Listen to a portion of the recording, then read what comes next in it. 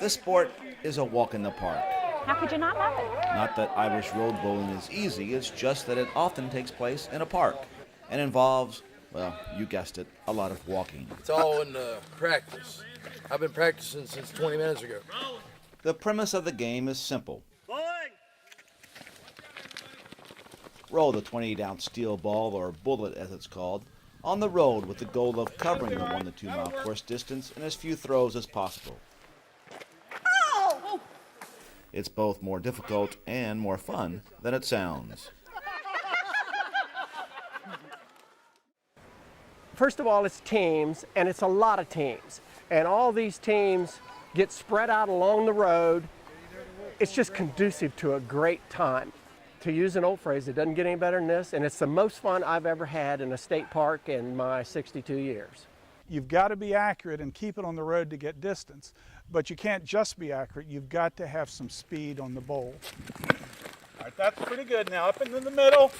It's a never-ending cycle, and you'll never get that perfect level. Ready?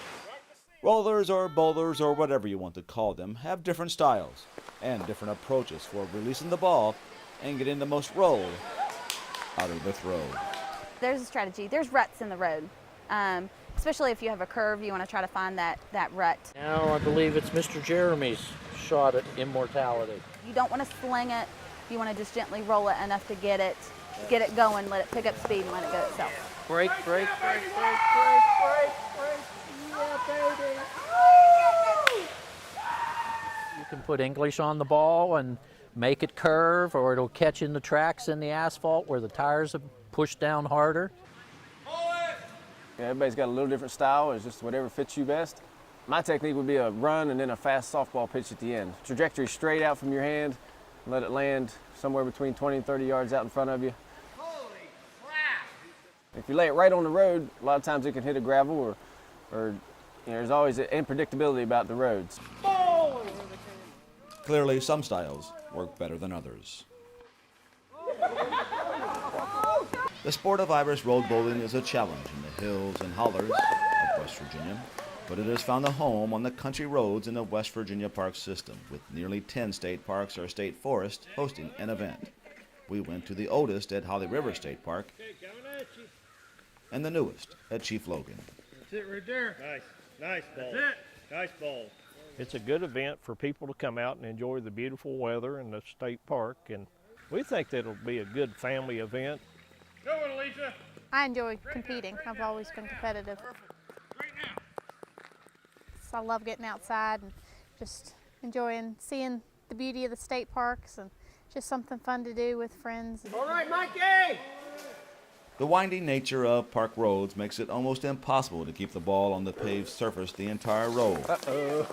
And so often road bowling turns into a quick game of hide and seek. Everybody's got a different approach. I brought a ball this year and I painted it silver. I missed my mile again. Because what happens, they get over in the leaves and you can't find the stupid thing.